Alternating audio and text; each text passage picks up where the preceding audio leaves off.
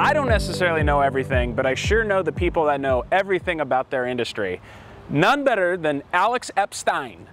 He is a best-selling author. He's a thought leader. This guy embodies all things when it comes to energy, fossil fuels. We're going to get into some great conversation. But Alex, for my audience, which comprises of hundreds of thousands of business professionals across the Internet Marketing Association, tell them a little bit about your background, where you grew up, how you got into what you do, and what you do. So the thing I'm known for is believing that the world should actually be using more fossil fuels, not less. And this is 180-degree opposite to what our designated experts tell us, right? Because we're told we need to rapidly eliminate fossil fuels, stop using them essentially by 2050, and year after year after year, we're supposed to be getting rid of these things. Right. My background is in philosophy, which people don't think has anything to do with anything, but I actually think it's a very practical subject. And I've always been very interested in environmental philosophy, which is what is the relationship between human beings and the rest of nature. Philosophy was one of my favorite topics in community college. And the philosophical debate on so many different issues and matters really produces depth and conversation and dialogue and sometimes adversity. How did you fall into this world of energy where you could have taken philosophy into anything else? What was that tipping point that led you to fossil fuel and finding this whole niche for yourself? So it did take me, so I started writing professionally when I was 20, and it took me 7 years to find this as a topic. Before then, I was interested in applying philosophy to a variety of topics, but I never found one that I wanted to specialize in. And really was the realization that energy is the industry that powers every other industry. Right. So the decisions we make about energy are uniquely impactful. Unfortunately, we're seeing that right now, both in the foreign policy realm, where you can see what Europe's dependence on Russia is doing to them geopolitically, but also even more tragically, what's happening with food prices around the world, fertilizer prices around the world, because if it's the industry that powers every other industry, the price of energy determines the price of everything. And we're seeing that in the negative way, in that when the prices of energy go up, the price of everything goes up. So let's talk a little bit about your work. You're an incredible author. You've got your second book coming out. Can you talk about your first one and what led you to Fossil Future, your new release? So interestingly, I wrote a second book to replace a first book, which is a very unusual type of thing to do. Usually people write a book on one topic and they sort of get known for it and they're like, oh, I want to do another topic. But for me, the future of energy in the world is the thing I know the most about. And to me, it's the most important issue in the world, and it's become even more important. There have been many, many more arguments that have been had in the 7 years since my first book came out, and my own knowledge has increased by 10x, and my knowledge of how to explain it has increased by 10x. So basically, I was thinking, what can I do that will make the most positive impact?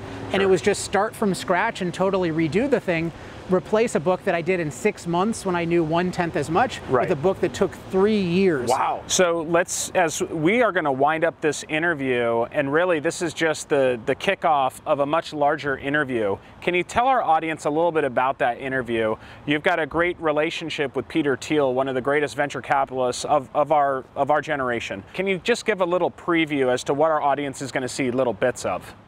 Sure. So yeah, Peter Thiel, I've been fortunate to know on and off since 2006, I think. So since I didn't even know who he was until earlier in the afternoon when I met him at a dinner event. But yeah, I've really come to admire him over the years. And he's somebody who's really into the idea that he's always interested in, what do you believe that you believe is true that other people think is insane. And so he was really open to looking at my first book, and he fortunately endorsed that, and then Fossil Future, and he endorsed that. And so what I wanted to get from him from this discussion, and also I had a follow-up discussion with Palmer, is really, what does he think about the future of energy, in particular as it relates to the future of freedom and security, because this is a guy who's very much an advocate for freedom, and also is the co-founder of Palantir, which is a major defense-related company. Thank you again for being on our show. Awesome, thank you. Bye, take guys. care.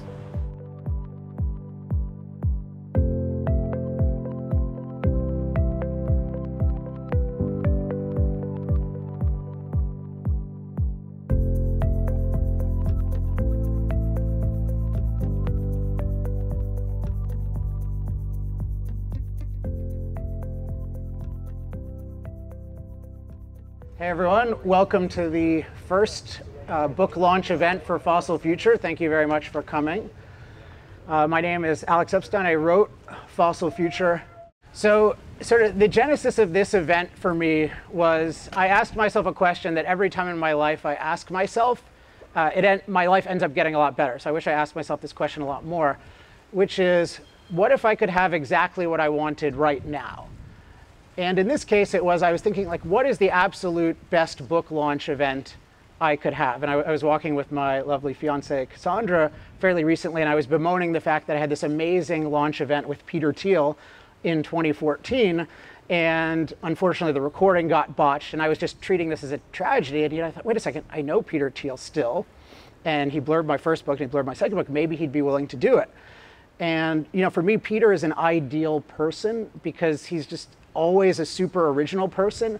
And I feel particularly aligned with him on this point that he's made so many times about how society has progressed in terms of bits, but not in terms of atoms, in terms of our ability to manipulate nature to serve human needs. That's really been a focus of my work, that an aversion to transforming nature is at the root of so much stagnation and even regression. And so, Peter was my ideal person, and so I emailed him, and he very quickly said yes, he would do it, which was thrilling. And then he said, well, we just need to find a venue. And then I thought, what would be my ideal venue? And I thought, well, I once met Palmer Luckey. We had a Zoom call for an hour, so I guess I know him. And I heard he liked Moral Case for Fossil Fuels. And I thought, well, like, he's got the coolest setup ever. And I'm a huge fan of his because he is somebody who, became fantastically rich and successful at a young age. And instead of just doing random things, he decided to do one of the most difficult and noble things in the world, which is start a new defense company to defend this country's future. And I just admire so much anybody who does things they don't have to do because they really believe that they're right. And so just who Palmer is, plus I knew the venue would be amazing. I thought, wow, this would be amazing. And he was the most responsive person of anyone I reached out to. He said, like, I'd be happy to do it, just no journalists. He doesn't like journalists, which if you've followed my life recently with the Washington Post, I don't like journalists either at the moment. So no journalists here. And we got this. And then I thought, who would be the perfect person to moderate? And I thought through all the podcasts I had been on, and one of the best interviews I'd ever had is with this guy, Chris Williamson, next to me, who's the host of the Modern Wisdom podcast. Highly recommend that podcast. And I just noticed that when I was interviewed on Chris's show, like, he read my book in advance, he really understood it, and he was neither, too friendly toward me nor hostile. Like, he really could ask questions to get the best out of me, could challenge me when he thought I needed to be challenged. I thought this would be an amazing person to interview me, and happily Peter Thiel. So thanks so much to Chris for joining, to Peter for joining, and to Palmer for hosting us. And I expected it to be good, but I did not expect that in advance we would get a 2-hour ride on a Navy SEAL boat to an offshore oil rig, which is what Palmer included as part of hosting us. So a bunch of my friends got to go, and that was just amazing as well. So thank you so much, Palmer, for hosting us. Thanks, everyone, for being here. And let me turn it over to the great Chris Williamson. Thanks, Alex. So we're going to have about 60 minutes of discussion between Alex and Peter, and then we're going to have time for about 30 minutes of questions at the end. So if you do have any burning inquiries, you can hold on to them until then, and we'll pass a mic around and you'll be able to ask some questions. So I guess first, Alex, your new book, Fossil Future, you're arguing that our use of fossil fuels shouldn't decrease but actually increase over the coming decades. What's the outline of your argument there? Yeah, so I feel like in a weird position, because what I'm saying in terms of the world should be using more fossil fuels, not less, is considered like the exact opposite of what people think. It's not just a couple degrees different, it's 180 degrees different, because we're told that, allegedly the experts think that we need to rapidly eliminate fossil fuel use, and I'm saying not just slow it down or not just eliminate it more slowly, but we need to actually be increasing it. The method that we use with regard to fossil fuels is we don't look at the benefits, and we what I call catastrophize the side effects. So an example of this is agriculture. Take one of the leading thinkers in our society on this issue, Michael Mann, the climate scientist and activist. He has a whole book on climate, and he talks about agriculture, which is a crucial area. But when he talks about agriculture, he only talks about how rising CO2 might impact agriculture negatively. And that's a fine thing to talk about. But he does not once mention the fact that modern agriculture depends on natural gas-derived fertilizer and oil-based machines. And without those, 8 billion people literally could not live at the level we do today. So this is a catastrophic thinking failure to only look at only look at negative side effects, and I would argue catastrophize. And if you look at the history of predictions about fossil fuels, you have all these doomsday predictions. So it's not just fossil fuels are going to cause some challenge, but the world is going to end. So we see that, and we see the ignoring of the benefits. And what I say the proper method is we should look carefully at the benefits and the side effects. And so I think it's this basic framework of looking at what I call the full context, benefits and side effects, instead of just looking at negative side effects and ignoring benefits, and having this view that the world is wild potential, not this delicate nurture, and then viewing the goal as advancing human flourishing, not eliminating human impact. I think that is the reason why I disagree, and I believe 90% of differences over this issue are philosophical. And I believe that if you really look at the world from a pro-human, full context perspective, it is obvious that the world needs more fossil fuels because energy is crucial. Fossil fuels are the only way of providing it to billions of people for the foreseeable future, and billions more people need vastly more energy. Just to touch on something there, Alex, why would there be an anti-human framework? What's the reason that there's a bias against that? That is a really interesting and deep question. How much time do you have? Well, I would actually like to know, why don't you start on that, Peter? I would like to know what you have to say about that. That's a hard question, though. You know, it's a phenomenal book, by the way. I read over the last few days, and just you know, sort of a crazy level of detail on all the different arguments, and it's somehow sort of extremely, it feels extremely just rooted in somehow reality, and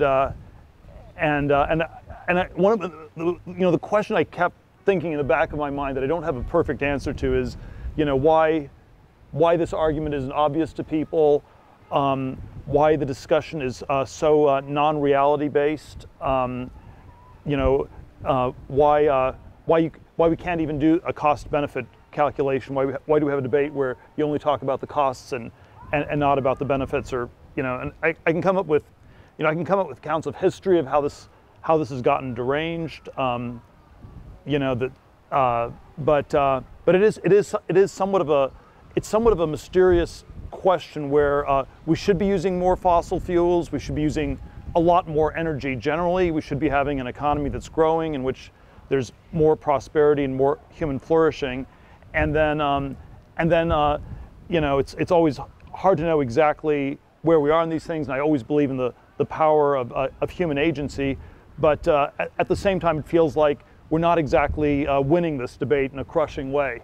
And so there is something very odd about the merits of the argument versus the insanity of the politics.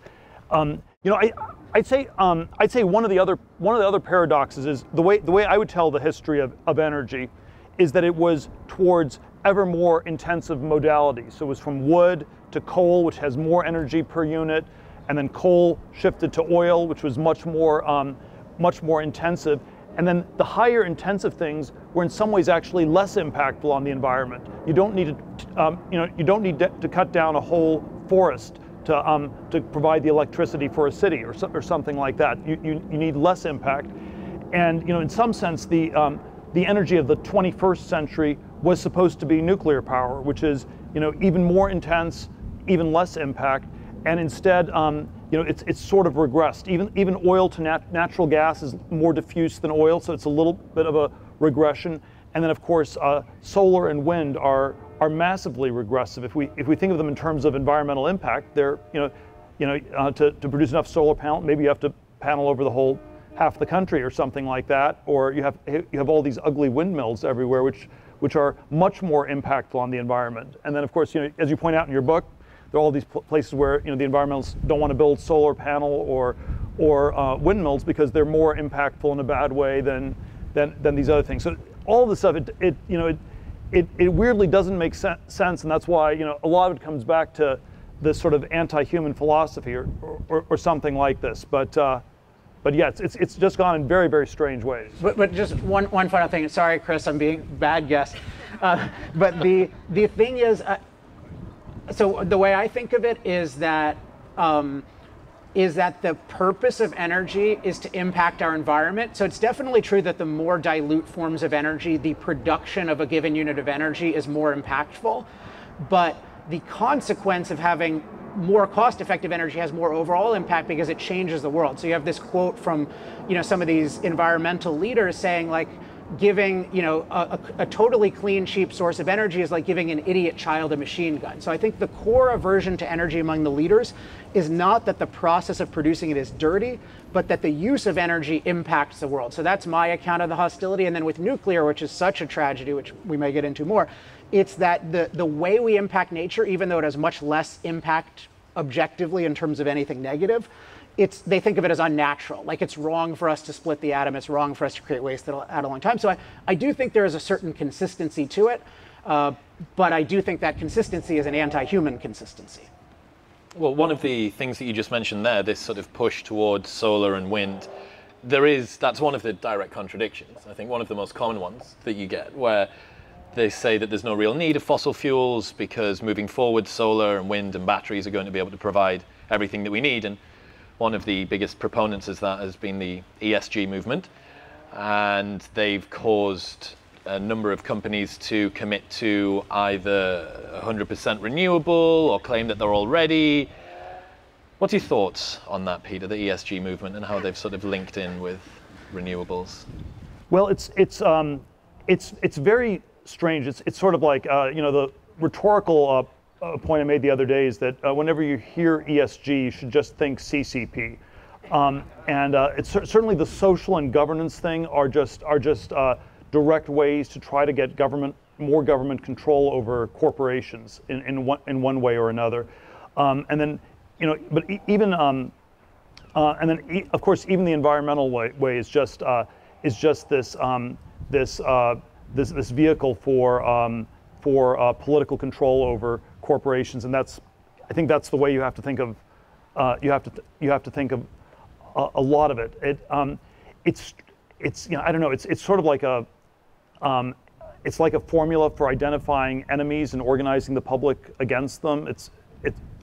A lot of it, it's always very confusing because these things are, on one level they're very ideological, and on another level they're sort of extremely fake, and you have some you have true believers, and you have people who are just in some kind of racket to rip other people off, and then you have a lot of useful idiots as well, and so you have sort of often you have these three different contingents we'd have to probably analyze. So I don't know for every Greta there's a Larry Fink at BlackRock who's just trying to package up these index funds so he can charge. If you just had an index fund, you couldn't charge as much as if you have an ESG index fund. It sounds like you're doing a lot more work. So that's sort of the racket version is BlackRock. The autistic child leading the children's crusade, that's probably the true believer, and then probably most people are neither and are just the useful idiots. But it's these things wouldn't work if they were only one of the three groups. So you have to probably parse, and it's a synergy of the three that gives them a lot of power. So I'm curious, what's your, my sense from reading the book, but sort of what's your sense of the actual status of this enthusiasm for solar, wind, and batteries? It's certainly one of the things I've probably underestimated over the last decade or two, how much traction this would continue to have. I suspect that there's a big watershed moment the last 5-6 months where we've just hit a wall with the Ukraine crisis, and it turns out that actually all these things are not working as advertised. We haven't developed alternatives. We're not even accessing fossil fuels in our own society enough, and so we can't easily replace the cutoff from Russia. And there's something about the phenomenon of inflation in the last year that's probably is going to lead to a lot of pushback on it. Where if you have things that are less that I often think of technology as doing more with less, and so anti-technology is doing less for more money, or it's inflation, and then that's what hadn't happened that much for the last few decades, and somehow the concatenation of bad policies has crystallized in the last 6 months, where the inflation is there probably is a very teachable moment. So I would say I've been pessimistic about it for the last decade or two, but I'm more optimistic now than at any point in the last 2 decades. You mean that people will see the truth? I think you have a teachable moment, yeah. I think that there's another of the direct contradictions that we see mostly, and it's that continuing to use fossil fuels is not just going to cause negative climate impact, but it's an outright climate apocalypse, right? That's the contention, where the world becomes completely unlivable.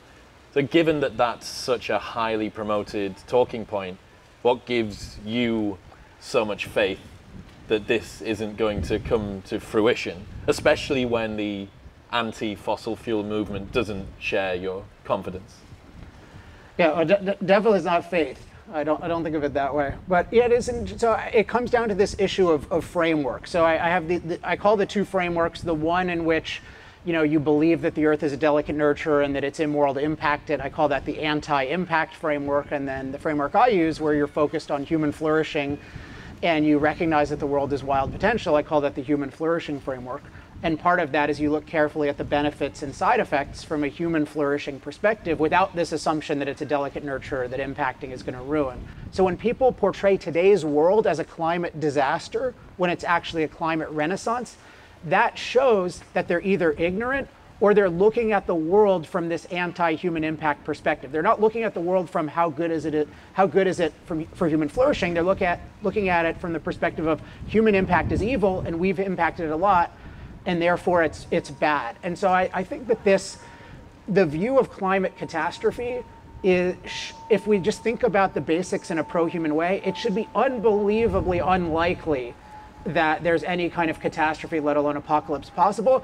And the fact that the leading thinkers to a man or a woman deny what I call the climate mastery benefits of fossil fuels and do not look objectively at the positives of CO2 in addition to the negatives, that shows that there's a philosophical bias. And so what I try to do in part 3 of Fossil Future is I try to look at what are the climate mastery benefits, what are the side effects, positive and negative, and it's like, it was shocking even to me how impossible apocalypse is. And I'll put that literally impossible, because if you look at the history of the planet, we've had way higher temperatures, way more CO2. We have no way of getting to the level that we used to be. The world was more tropical. Life flourished. The most you could argue is that we're getting there faster than we would like, but that's not an apocalypse. That's a disruptive rate of transition. And so it's really all just anti-human philosophy distorting these things. You do have legitimate climate scientists trying to model, having a certain understanding of some physics, but what's happening is whatever legitimate insight they have is being totally distorted by this anti-human, what I call anti-impact framework. So in reality, we're in a climate renaissance, and if we continue to be free and free to use energy, it'll just get better. Well, I think there sort of are so many ways this kind of precautionary principle gets abused. My initial move would be we should just get all these people in a room and have them sorted out first. And so we have the Greta crowd with the the runaway positive feedback loop climate catastrophe, but then we also have the AI people where the supercomputer is going to kill everybody, and then we have the people who are scared of nanotechnology. You'll have a runaway gray goo. There's a problem of biotech research leading to viruses. There's, I might counter that I'm more worried about the mind virus that's called progressivism and is leading to an apocalyptic mental health breakdown throughout our whole society. But anyway, if we sort of just enumerate all these different ones, it's not exactly clear why we'd prioritize the climate change one at the very top. And then the meta version I always like to say is that I think we need to have some precaution about the precautionary principle itself, where we have 8 billion people on this planet, and we can't just snap our fingers and go back to the Neolithic hunter-gatherer age where people maybe were on a paleo diet, but you had like maybe 10 million people, and you can't just go back to that. And if you try to freeze things, if you try to stop things in our world, that itself will be apocalyptic and catastrophic, because in a zero-sum world where you try to turn the clock back on science and technology, it will be catastrophic for the people who live. And so even if there are extremely large dangers with fossil fuels. I would say, and even if there's some legitimate theories you can construct on where there could be runaway effects, the cost benefit tells us we have to go forward, and we have to somehow get through to the other side with the science and technology. So I agree with you, although even though I think the precautionary principle is maybe a little bit scarier than people say. But yeah, philosophically, we have to somehow reframe this whole discussion of nature, where nature is not a nice mother, but is more like a stingy stepmother, and is a problem to be overcome, rather than a rationalization for everything that's awful in our world. Oh, just one more thing.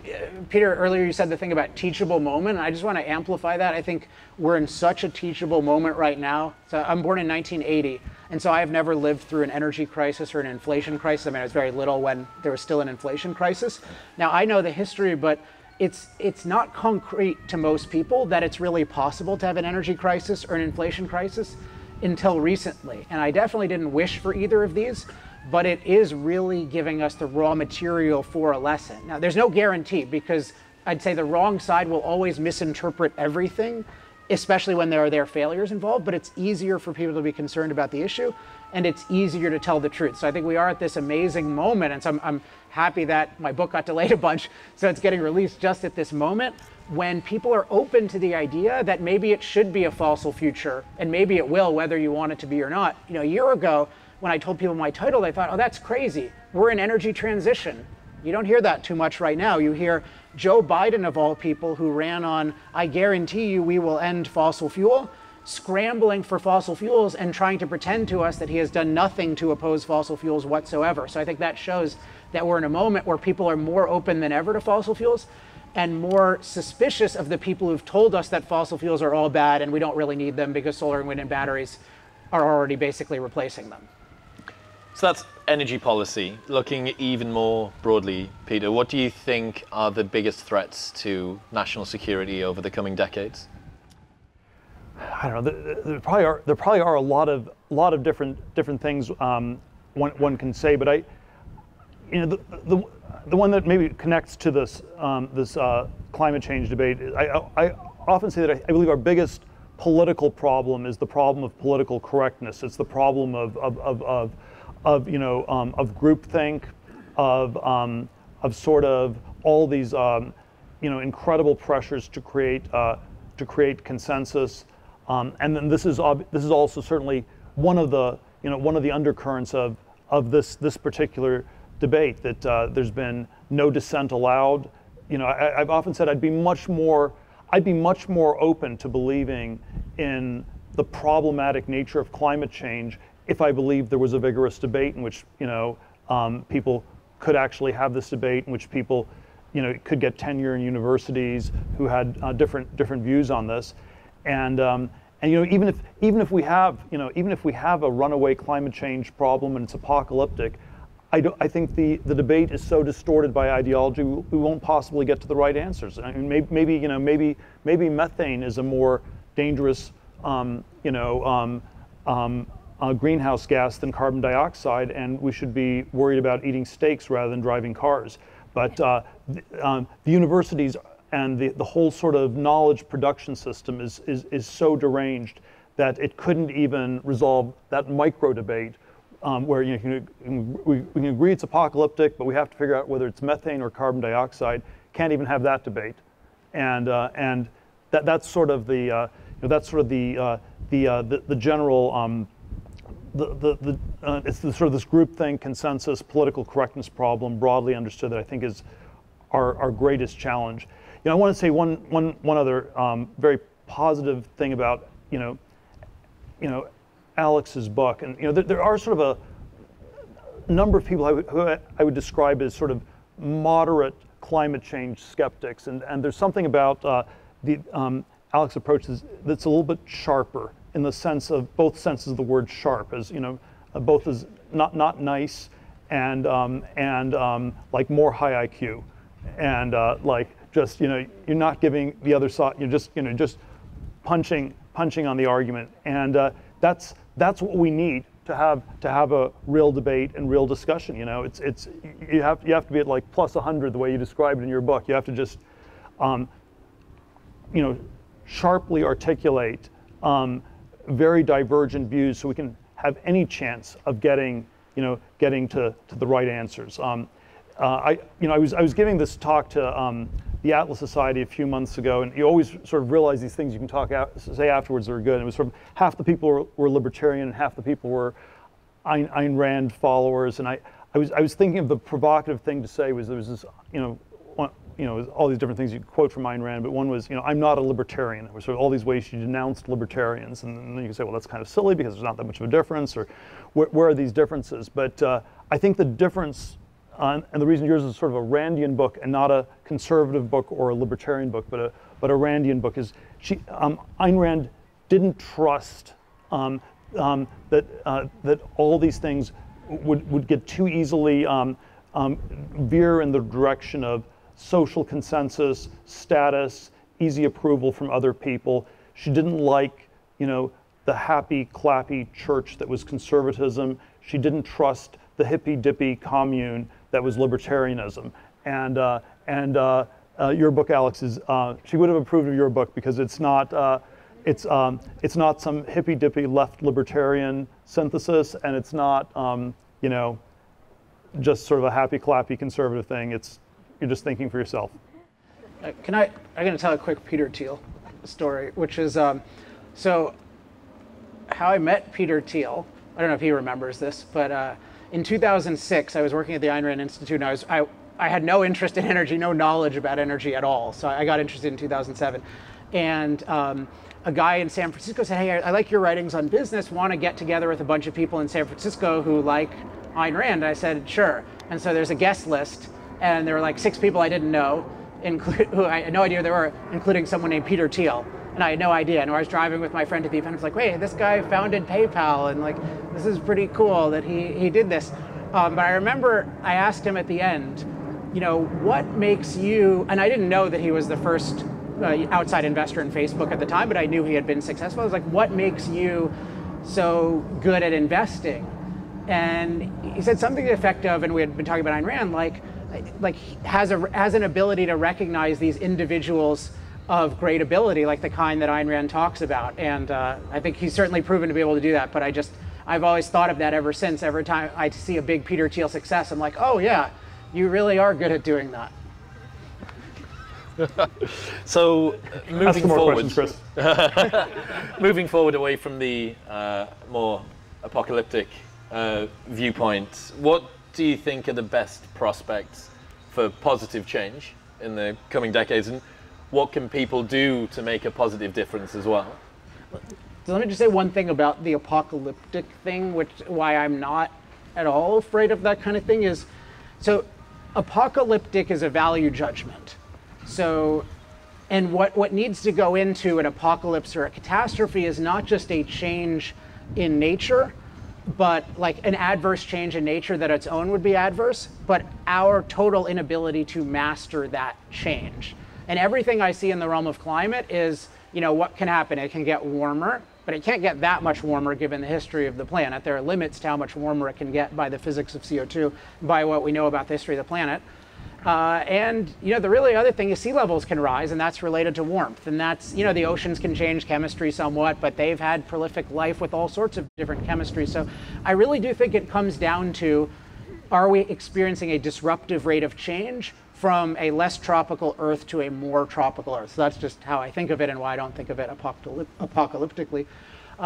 I'm pretty optimistic about the future of this intellectually, both because we have this teachable moment, but also because I think the group that I'm, I do think of my arguments as, I have my own arguments, and I appreciate what Peter says about the sharpness of them. So I don't want to ascribe my arguments to anyone or theirs to me, but I do think there's this broader group of what I would call energy humanists. And I think the thing that we have in common is this issue of looking at both the benefits and side effects of energy from a human perspective. And so in this category, I'd put Michael Schellenberger, Bjorn Lomborg, Matt Ridley, Robert Bryce.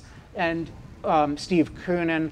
And if you look at the past few years, we've had 3 major bestsellers by energy humanists. So we've had Michael Schellenberger's book, Apocalypse Never, Bjorn Lomborg's book, False Alarm, and Steve Koonin's book, Unsettled. And one thing that's been really notable about that is the other side has had no coherent response to it at all. Like Scientific American had a kind of obvious hit piece against it, where they literally took quotes from a Washington Post op-ed summarizing Koonin and attacked those. This is in Scientific American. They didn't engage his arguments.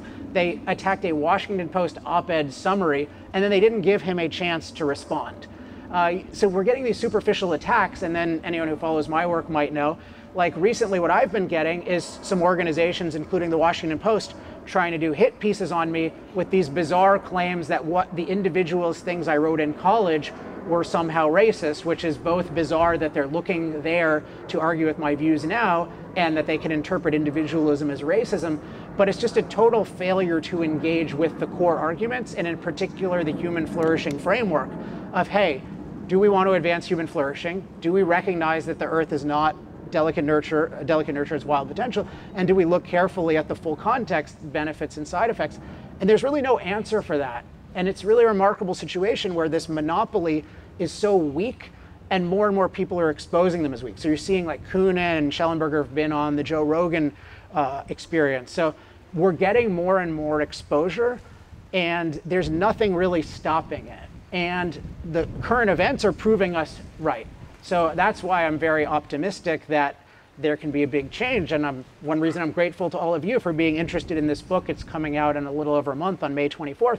But by you being aware of it and talking about it, you're going to introduce a lot more open-minded people. And these ideas have a really good penetration when they're introduced to people who are open-minded. My work in particular is all written for people who expect to disagree. So if you read Fossil Future and like it, try to find somebody who expects to disagree and share it with them and see what they think. So I am optimistic in this way.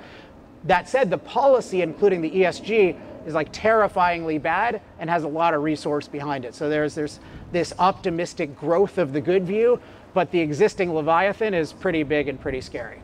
You know, I think there are times to be optimistic, there are times to be pessimistic. I often wonder if the healthiest approach is somewhere in between. And I always think, you know, that there's a way in which extreme optimism and extreme pessimism are sort of cash out the same way, because they both tell you that individual action doesn't matter.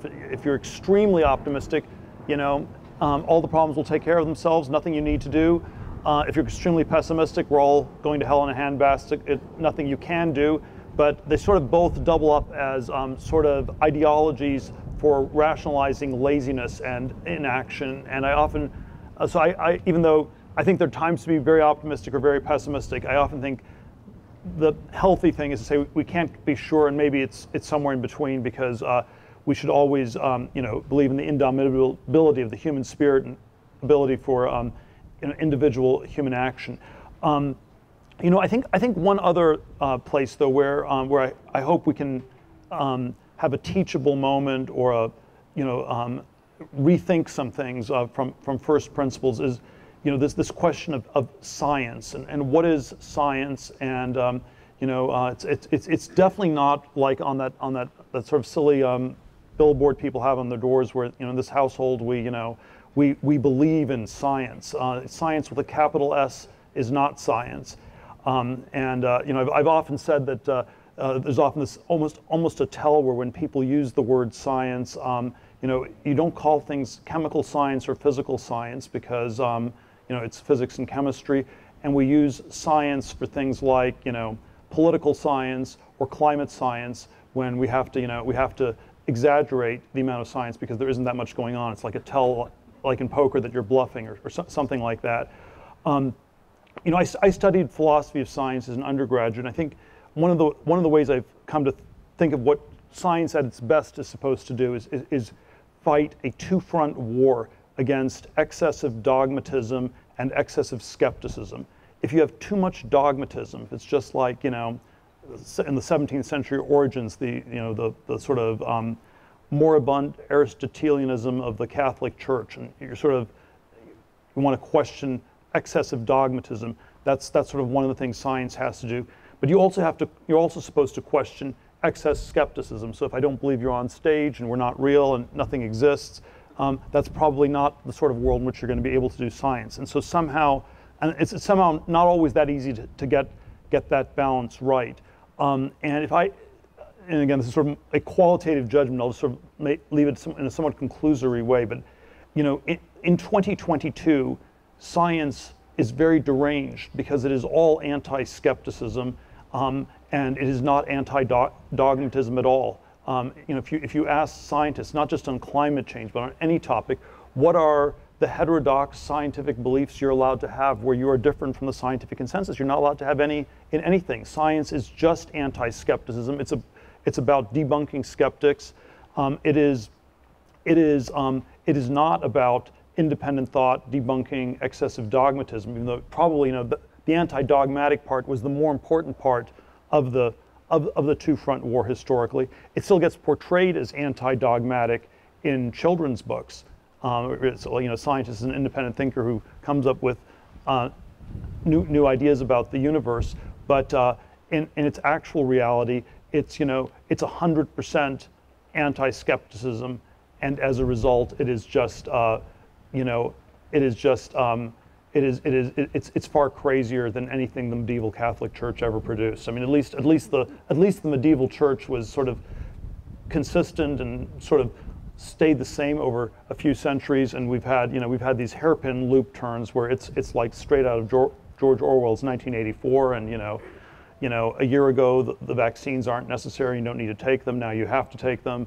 We've had sort of one hairpin loop turn after another on so many different topics, and there's something like that in the sort of deranged dogmatism of science that hopefully we have also a moment to push back on that. I want to just elaborate on one aspect I see of why it's maybe even more deranged than that in a certain aspect. So one concept I've found helpful in writing this book is what I call the concept of the knowledge system. And part of what the knowledge system, this concept, helps us understand is how it's possible, even when scientific researchers are basically right about something, for people to take terrible, terrible actions on the basis of it. So, one example I think is, historically, eugenics, for example, these forced sterilization, but even like the Nazi version had this imprimatur of science there.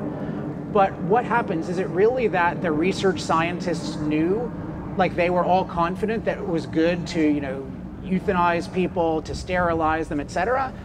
A, no, that's not what they all believed, and B, they weren't even in a position to do that, possibly because that involves a value judgment, right? Evaluating what to do as an action involves a value judgment. And I found it very helpful to think of there's this relationship between the most basic knowledge and action, where there's the researchers who do the basic research, then there are the synthesizers who try to take all that research and put it together so that it's useful, and there are the disseminators, like say the New York Times or the Washington Post, who give the synthesized knowledge to the general public. And then there are the evaluators, like policymakers or pundits, who try to take that and tell us what to do.